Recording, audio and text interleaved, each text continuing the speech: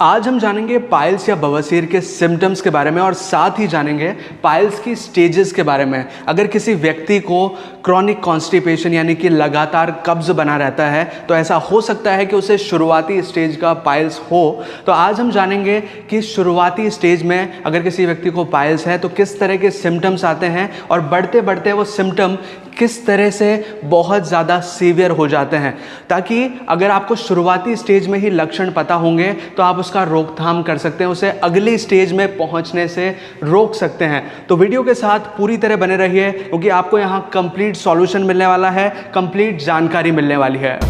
नमस्कार दोस्तों, मैं हूं आगम सिंह सिसोदिया, स्वागत है आप सभी का। सबसे पहले जानते हैं कि पाइल्स का मतलब क्या है, क्योंकि अक्सर हम लोग कंफ्यूज रहते हैं कि पाइल्स का मतलब क्या होता है। तो आज डायग्राम से समझते हैं कि पाइल्स आखिर है क्या। ये आप देखिए, ये है एनल एरिया, यानी कि ये आपके आंत का आखिरी हिस्सा है और ये आपका हिप्स हैं, आपके जो बम हैं वो बम, ये मैंने एक तरह से डायग्राम के फॉर्म में बना दिए। ये आंत का आखिरी हिस्सा है जिसे एनस, और ये इसे बोला जाता है रेक्टम। तो यहाँ होता ये है कि अंदर की साइड कुछ ब्लड वेसल्स होती हैं, कुछ टिश्यूज़ होते हैं जो कि कुछ इस तरह से प्रेजेंट होते हैं यहाँ लाइनिंग के ऊपर, यहाँ अंदर की साइड इस तरह से प्रेजेंट होते हैं। लेकिन होता यह है कि जब आपको लगातार कब्ज रहता है या कॉन्स्टिपेशन रहता है तो आपका मल सख्त हो जाता है, इतना सख्त कि आपके एनल एरिया से उसको पास होने में दिक्कत आती है। मतलब मल द्वार से जब मल बहुत ज़्यादा सख्त होकर निकलेगा तो क्या होगा, ये जो आसपास के जो टिश्यूज़ हैं और ये जो ब्लड वेसल्स हैं इनमें आ जाती है सूजन, और ये कुछ इस तरह से सूजन में हो जाते हैं। मतलब उनको सूजन आ जाएगी, वो मोटे मोटे कुछ इस तरह के हो जाएंगे और इस कंडीशन को हम बोलेंगे पाइल्स। जब ये खून की नलियाँ और ये टिश्यूज़ सूज जाते हैं जो कि नॉर्मली प्रेजेंट होते हैं अंदर आंत के अंदरूनी हिस्से में, अगर वो सूज जाते हैं आपके सख्त मल की वजह से या फिर आपके फ्रेश होने के दौरान जोर लगाने की वजह से, तो ये सूजन आ जाना इन ब्लड वेसल्स और टिश्यूज़ के अंदर, इसे पाइल्स कहा जाता है। धीरे धीरे करके ये जो ब्लड वेसल्स और टिश्यूज़ आपके आंत के आखिरी हिस्से में पहुंचने लगते हैं और ये गंभीर रूप धारण कर लेते हैं, जिसे हम पाइल्स कहते हैं। ये बेसिक सी चीज़ है कि अंदर के टिश्यूज सूज गए हैं और वो धीरे धीरे करके बाहर की तरफ मूव करते जा रहे हैं और बाहर आंत का हिस्सा जो है वो बाहर आ चुका है, तो उसे कहा जाता है पाइल्स। अब ये जो स्टेज हमने देखी जिसमें कि नॉर्मली ये टिश्यूज सिर्फ स्वॉलन हुए हैं यानी कि सूज गए हैं, इसे कहा जाता है फर्स्ट स्टेज ऑफ पाइल्स। अब मैं आपको बताना चाहूँगा, इस पाइल्स 4 स्टेजेस का होता है। 4 स्टेजेस में बहुत सी ऐसी स्टेजेस हैं शुरुआती जिनको आप बड़ी आसानी से घर पे ट्रीट कर सकते हैं, और अगर आपको शुरुआती लक्षण पता लग जाएं तो बहुत आसान होता है इनको ट्रीट करना। तो जो फर्स्ट स्टेज हमने देखी जिसमें कि स्वॉलन ब्लड वेसल्स और टिश्यूज़ हो गए हैं यानी कि सूज गए हैं, ये शुरुआती स्टेज है।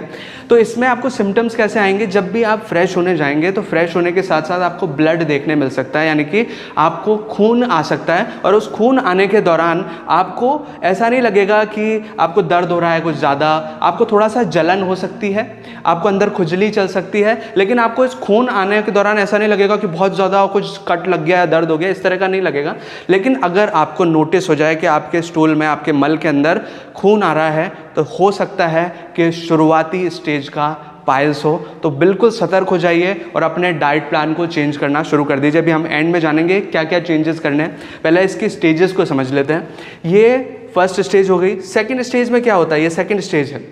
सेकेंड स्टेज में ये जो स्वॉलन ब्लड वेसल्स हैं अब ये थोड़ी सी आगे की तरफ मूव करेंगी, यानी कि ये आंत का आखिरी हिस्सा है, इस आंत के आखिरी हिस्से में जो ये सूजी हुई खून की नलियाँ और टिश्यूज़ थे अब ये आंत के आखिरी हिस्से से बाहर की तरफ मूव करने लगेंगे, यानी कि ये जो मल द्वार है, जो एनस है, उसकी तरफ ये मूव करने लगेंगे ये ब्लड वेसल्स और टिश्यूज़, और आपको फर्दर कॉम्प्लिकेशंस क्रिएट होंगी। आपको खून आ सकता है, आपको इचिंग हो सकती है, बर्निंग सेंसेशन हो सकती है, लेकिन फर्स्ट स्टेज से ज़्यादा सेकेंड स्टेज में आपको देखने मिलेगा। अब आता है थर्ड स्टेज ऑफ पाइल्स, जिसे समझना और भी ज़्यादा ज़रूरी हो जाता है। This is the third stage of piles. इसमें आप ये देख सकते हैं, ये आपके बम एरिया है और ये एनल एरिया है। अब इस थर्ड स्टेज में होगा ये जो टिश्यूज़ यहाँ तक आए थे आधे रास्ते तक, ये पूरी तरह बाहर नहीं आए थे, पूरी तरह एनल एरिया से बाहर नहीं निकले थे, ये बाहर आ जाएंगे। मतलब आप ये देखिए, ये इस तरह से बाहर आने लग जाएंगे, ये इस तरह से। और ये 2 मैं डायग्राम के रूप में बना रहा हूँ, लेकिन ये और भी वेसल्स हो सकती हैं, और भी टिश्यूज़ हो सकते हैं जो बाहर आ गए। मतलब ये आंत का आखिरी हिस्सा अब बाहर आ चुका है इस एरिया से, आपका जो आंत का आखिरी हिस्सा है उससे ये जो पाइल्स हैं, जो पाइल्स किसे बोल रहे हैं, इन्फ्लेम्ड यानी कि सूजे हुए टिश्यूज़ और ब्लड वेसल्स को पाइल्स कहा जाता है।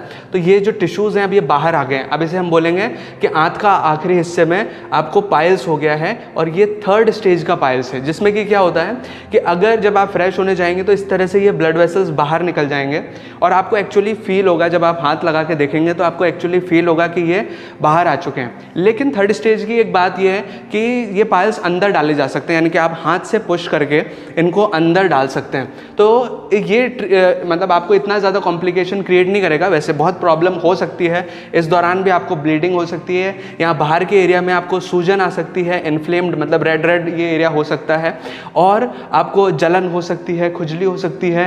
पर ये पाइल्स जब अंदर चला जाएगा तो ये सारी दिक्कतें खत्म होने लगती हैं। This is the third stage of piles.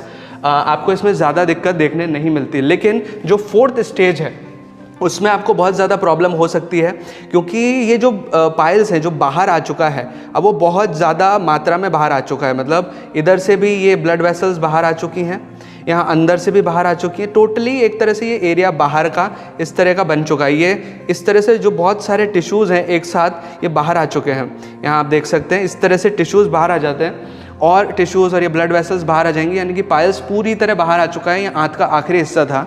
ये आप जो हिस्सा देख रहे हैं ये था मलद्वार, यहाँ पे स्फिंक्टर था, ये मतलब जो वॉल्व होता है जिससे आप रोक के रखते हैं फ्रेश होने के दौरान, वो वॉल्व के बाहर ये आ चुका है। और फोर्थ स्टेज में होता यह है कि ये अंदर नहीं जाता, यानी कि फोर्थ स्टेज ऐसा कॉम्प्लिकेशन क्रिएट करता है कि पाइल्स जो हैं आपके अंदर नहीं जाएंगे। आप बैठेंगे तो ये बहुत दर्द होगा, इसमें खून आएगा, सूजन आएगी, स्वेलिंग होगी और बहुत ज़्यादा कॉम्प्लिकेशंस इसमें क्रिएट होगी। तो शुरुआती स्टेज में क्या होता है कि आपको ब्लीडिंग आती है, थोड़ी सी इचिंग होती है, तो उस दौरान समझ जाइए कि आपको इंटरनल पाइल्स हैं। ये जो शुरुआती 2 स्टेजेस मैंने आपको बताई, इसे कहा जाता है इंटरनल पाइल्स। क्यों? क्योंकि आंत के आखिरी हिस्से के अंदर हैं, अंदर वाले साइड में है, इसे इंटरनल पाइल्स बोला जाता है। इसे एक्सटर्नल पाइल्स बोला जाता है बिकॉज ये बाहर निकल चुके हैं, एक्सटर्नल बाहर की तरफ आ चुके हैं, तो इसे एक्सटर्नल पाइल्स कहा जाता है। जो इंटरनल पाइल्स हैं उनका आप बहुत अच्छे ढंग से इलाज कर सकते हैं, क्योंकि शुरुआत ही हुई है, अभी अंदर ही हैं, आपको कॉम्प्लिकेशंस ज़्यादा नहीं होंगी। अगर आपने अपने कुछ डाइटरी चेंजेस कर लिए, यहाँ तक कि आप थर्ड स्टेज में भी अगर डाइटरी चेंजेस कर लेते हैं तो ये अंदर चला जाएगा पार्ट, फिर आपको कोई दिक्कत नहीं होगी। करना यह है कि आपको अपने मल को सख्त से सॉफ्ट बनाना है। सॉफ्ट कैसे बनाएंगे? सॉफ्ट बनाने के लिए कुछ बहुत गिनती की चीज़ें बताऊंगा, वो चीज़ें कर लीजिए। अनाज में मिक्स ग्रेन की, मतलब मिक्स आटा जो होता है उसकी रोटी खाना शुरू कर दीजिए, उससे आपकी कॉम्प्लिकेशंस दूर हो जाएगी। बहुत अच्छा पचता है और मोटा आटा थोड़ा सा खाइए। इसके अलावा खाना खाने से पहले एक नियम बना लीजिए कि आधा पेट जो आपका है वो कच्ची फल सब्जियों से भरना है। पीने के लिए गर्म पानी को पीना है और खाने को धीरे धीरे करके चबा करके खाना है। और खाने के बाद जस्ट तुरंत बाद पानी नहीं पीना है, लगभग 1 घंटा 1.5 घंटे बाद पानी पीना है। तो ये अगर आप इतना सा भी कर लेंगे, आपकी ये जो पाइल्स की प्रॉब्लम है पूरी तरह सॉल्व हो जाएगी। अगर आपको कॉन्स्टिपेशन, लगातार कब्ज या फिर बवासीर कुछ भी प्रॉब्लम हो रही है तो पूरी तरह सॉल्व हो जाएगी। वैसे हमने पाइल्स के ऊपर एक डिटेल वीडियो बनाया है जिसमें कि पूरा ट्रीटमेंट समझाया है। एक नहीं और भी वीडियोज़ हैं, पाइल्स और फिस्टुला, फिशर, इन चीज़ों के ऊपर भी वीडियोज़ हैं। लिंक आपको ऊपर आई बटन और नीचे डिस्क्रिप्शन में मिल जाएंगे। वीडियोज़ को जाकर ज़रूर देखिए, आपकी प्रॉब्लम पूरी तरह सॉल्व हो जाएगी। तो ये 4 स्टेजेस हैं। आप शुरुआती 3 स्टेजेस का इलाज बड़ी आसानी से इन डाइट प्लान से फॉलो करके बड़ी आसानी से कर सकते हैं। उन वीडियोज़ को ज़रूर देखिए, उसमें ट्रीटमेंट अच्छे से बताया है। लेकिन 4th स्टेज में क्या होता है कि पाइल्स बाहर आ चुका है, अब वो अंदर तो जा नहीं रहा है, तो डाइट प्लान तो फॉलो कर लेंगे, उससे कोई प्रॉब्लम नहीं है, लेकिन ये अंदर नहीं जाएगा तो प्रॉब्लम क्रिएट करेगा। तो इस वजह से इसका सर्जिकल रिमूवल किया जाता है, या फिर रबर बैंड ट्रीटमेंट दिया जाता है, या फिर लेज़र से इसको रिमूव किया जाता है।